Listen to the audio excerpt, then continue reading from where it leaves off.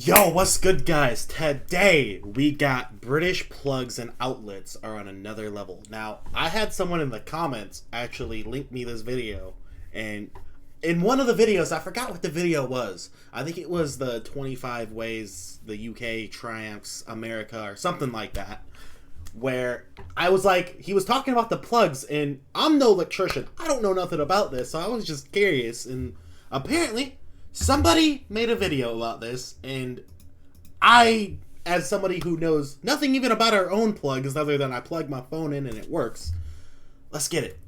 British AC plugs and sockets are very different from a lot of the other plugs and socket sets around the world, and they're super different than what we're used to here in North America. In fact, holding these two next to each other, these British ones seem absolutely mammoth. But I'm going to cover 10 reasons why I think... Also, I'm not going to lie. Y'all's are just kind of ugly. Like, respectfully, right? I don't know, I just think they're ugly. This plug... Like, not that a plug looking good is important, really, in the grand scheme of things, but I don't know. And this socket may just be the best designed set in the entire world, as well as a handful of reasons why I think they might not be. Feature number 10 on our list is this longer ground pin. Now, long ground pins are actually super common. We see them in our US plugs and in other plugs all over the world, but this is quite different actually. It serves a purpose in an overall safety system on these types of plugs. By the way, these are called Type G, and the Type G here has this longer pin because as you insert it, and by the way, across the pond there, they call this an earth pin.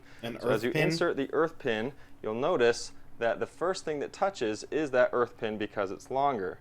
So the neutral and the live haven't made contact yet, but there's actually what's called a shutter system. That's smart. So I take it that's what stops, say, any risk of you getting zapped when you plug it in. System inside here that it's opening up by pushing it's that like one a in face. First. So just now, as I got it that far, it opened up the shutters, and then I can proceed to plug it all the way in. Until I do that, these are actually closed off. Obviously, never stick anything into an outlet. Now this may be telling about me, I don't know, but literally one of the earliest memories I have in life is when I was super little, maybe 3 or 4, and I stuck something into an outlet, got completely shocked, and I remember looking at the outlet after this had happened and seeing these black scorch marks all over it. Oh, but what kids in the UK, maybe 3 or 4, and I stuck something into an outlet, got completely shocked. Oh, yeah. I remember looking at the outlet after this had happened and seeing these black... That has not happened to me yet. Probably won't now, but you know, maybe I'll do something stupid one day. But it has happened to a friend of mine. I remember we were hanging out at his house, and this stupid dude, who I won't say his name because he's probably watching this video and gonna give me shit for calling him out on this, got himself electrocuted and damn near burnt his house down. So, you know who I'm talking to. Idiot. Scorch marks all over it. But kids in the UK most likely haven't had that experience. In case you weren't aware, you can get the shirt that The worst part too is he wasn't a kid. He is an adult and he did that. I'm wearing, as well as many other DIY oriented shirts, and you can check those out in the links in the description below. Feature number 9 is that when we insert the earth pin and clear those shutters, the only thing that's exposed on the live and the neutral is actually this black section here. If you're wondering what that is, that's actually a bit of insulation, and it's 9 millimeters up these pins here. So that's because once you have some contact with the live and the neutral to your receptacle, it makes it so that you can't touch anything that's live at that point. That's smart. Check it out. So if I get this part of the way in there, and it's actually touching, now the only thing that's exposed is just the insulated area, which is not conductive. So I might be able to touch that and actually be safe, and that's the idea anyway. Obviously, you should never try that, but they make it really difficult to get yourself shocked because everything is covered and protected as part of this overall safety system. That is smart because, like, say one thing I see all the time is, like, I'll plug in a phone, or it even happened when I was doing these lights the other day, where I plugged them in and I could see, like, the little, like, electricity volt hit the thing, right? Now, I've seen that so many times that it don't even affect me no more, but as a kid, that would scare the hell out of me, so I take it that's something that thing kind of prevents too. Number 8 has everything to do with how the cord comes out of the plug itself. As I plug this into the wall outlet here, you'll notice that it's always coming down on the bottom like this. and that makes it so that you can't really pull this thing out. If you pull this way with it, That's it's just smart. going to stay That's in place. smart. And even if you pull out this way, you can pull this pretty good. And it's really not going anywhere. It's a really smart feature. Nah, we need that. We need that. I can't tell you how many times I've accidentally unplugged things, and it's the most annoying thing in the... Nope, we need that. I don't care that they're ugly. I changed my mind. We need it. Now this has come loose a little bit, but a lot less than it would if the cord were Facts. coming out of the face of the plug. Speaking of plugs being ripped out of the wall, that brings us to feature number 7. If we open this up and take a look inside here, you'll actually see that there's some pretty cool safety features built right inside. The first thing you might notice is there is built-in strain relief right here, and the cool thing is you can actually remove these little fins in many cases to replace this cord if you need to or to work on it. The next thing is the short cable in here, this brown one, that's your live cable. And this live wire right here is the shortest one and the straightest one, so that as you pull this cord out, if it gets ripped out specifically, that one is going to be the first one to disconnect, cutting the electricity to the rest of this. That's smart. The second one is this blue or the neutral one here that's underneath, and that will get pulled out next, and at that point you have no electricity connected, just your ground. I think it's pretty brilliant that there's extra slack built into the ground. There's very little, but a little bit of slack built into the neutral and no slack built into the live, so that if this gets ripped out, it pulls the electricity first, again, keeping the user safe. While we're looking That is very smart. That's the kind of stuff where, like, I never even thought of it, because, like, you know, I've seen underneath the plastic part of an outlet. That's the most I've ever seen. Like, I don't know nothing else. I've seen people, you know, mess with the wires and, like, you know, hot wire the cords and stuff, but I look at that as gibberish. I don't know what's going on. So, or I guess breakers, but I guess that's different. the open plug, that brings us to feature 6, which is the fact that these Type G plugs can actually be opened up just about any time you need to by removing one or more screws. Now Type G, just so you know, is not just used in the UK. They're actually all over the place, and pretty much anywhere the UK has had some major influence. So for example, they're used in Ireland, the United Arab Emirates, Singapore, Hong Kong, Beijing, Indonesia, parts of India, and even several other countries. So those are very different from the Type A and Type B that we use here in North America. The Type A is the 2-prong here, and the Type B is the 3-prong, which includes the ground pin. And these guys don't have any way to service anything in here. All of this is completely sealed off, it's completely solid, and there's no way to do anything to fix this if this... Actually, there is something I could give you guys an example of even now, is if I unplug this bad boy, a horrible thing that happens too is you can see how sometimes with the way they're fixed, see how this can bend? The camera's weird, okay? Like, the camera is weird. But still, I was looking at the camera trying to figure like which one to touch, but it don't really work like that.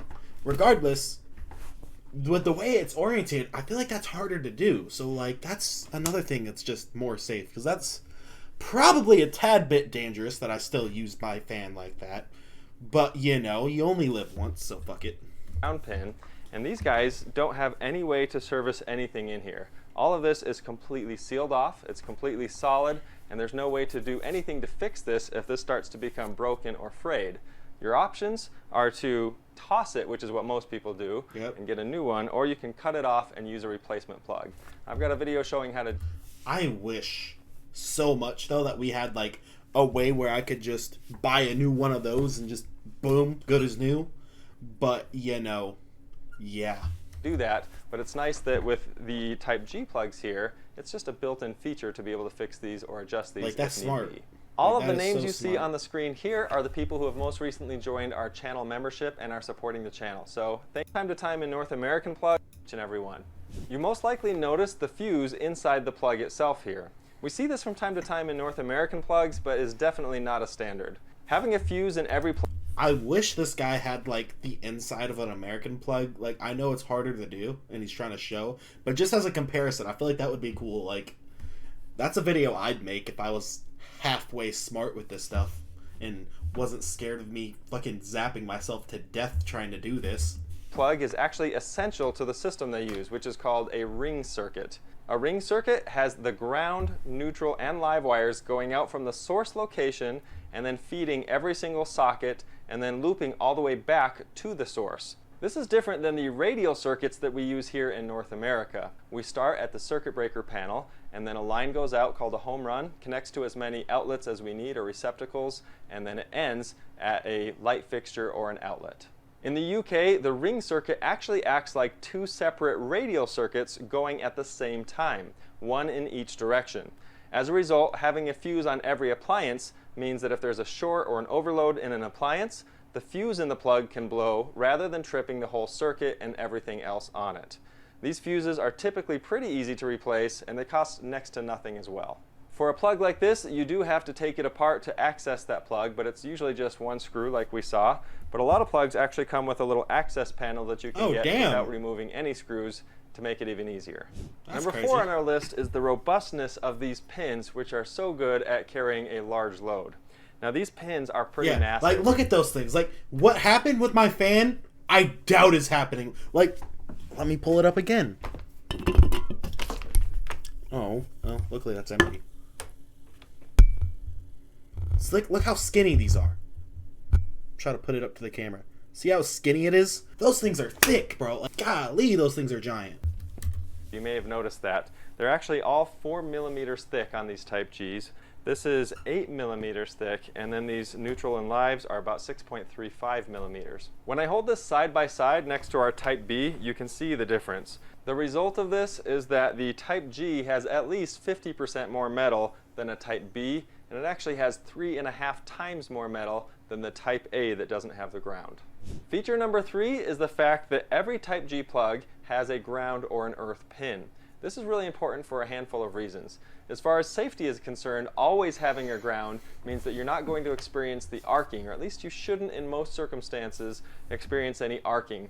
Arcing is bad news because that basically means that electricity has gone off the rails and it's going to find the path of least resistance, and a lot of times that's through you. That could shock you, or with enough voltage that could stop your heart and kill you. Damn. It's very dangerous if you don't have that ground in place at all times. You will notice on some plugs in the UK So, I assume arcing is kind of what I was talking about earlier. That's like the smart term for it, of people who know what they're talking about, where you see like the electric volt. For example, that these are just plastic. Typically, if you see a plastic pin on here, that means the appliance is double grounded. You can tell by a marking or an icon on the appliance that is a square within a square. It also serves the purpose of not only opening the shutters, but also always keeps things aligned. You cannot mix up the live and the neutral if your ground is always at that top place. Number 2 is the fact that every outlet or receptacle has its own switch. So check this out. I've got this little switch right here that I can use to control this lamp. That's smart. Of course, you can control the lamp on the device itself, but this comes in handy for multiple purposes.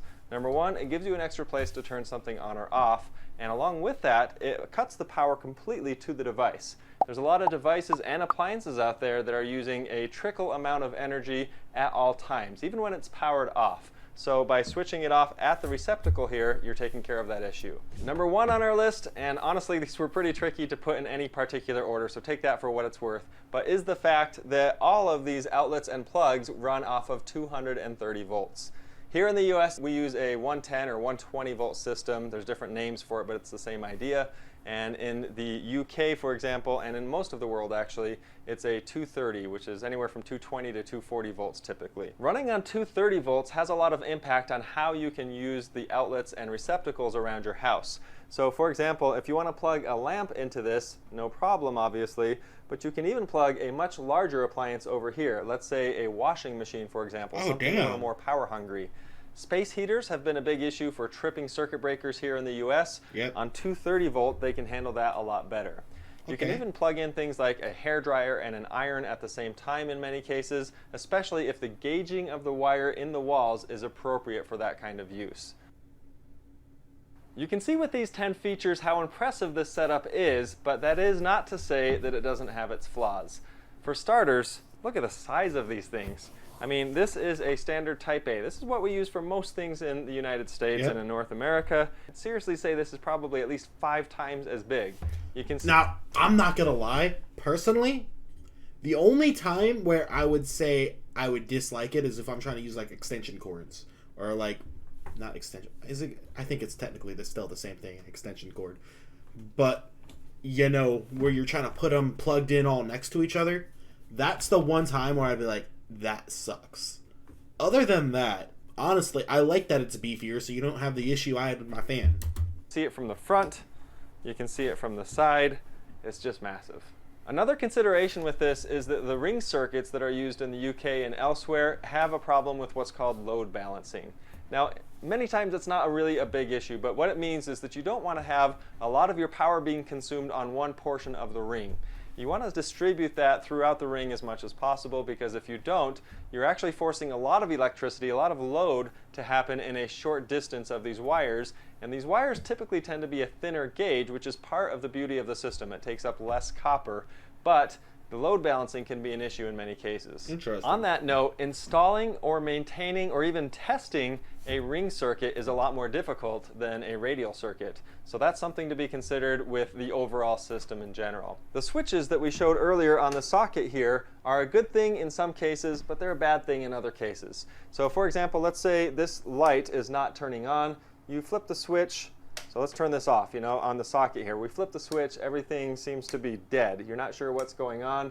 And at that point, you're not sure if you need to start troubleshooting the lamp itself, or if it's the light bulb, or if it's the socket. Lastly, due to the design of the plug, if you were to just let this thing fall somewhere or unplug it, guess how it's going to land? Every single time. Now, if you thought waking up in the middle of the night, walking through the... I've done that before on not that exact thing, obviously, but, something similar. That hurts like a bitch, yo. Yep, he's on point with that one. House and stepping on a Lego was painful. Yep. Awesome, my man really committed to that. Just for the video. That, my friend, alone earned you a subscription. But like, comment, subscribe, ring the bell. You know how YouTube works, man. This was kind of changed my opinion a little bit. At first, I didn't like them just because they were ugly. I'm going to be honest. I still stand by, if we go strictly aesthetics, Lil Homie over here with the bent fucking thingy does the job.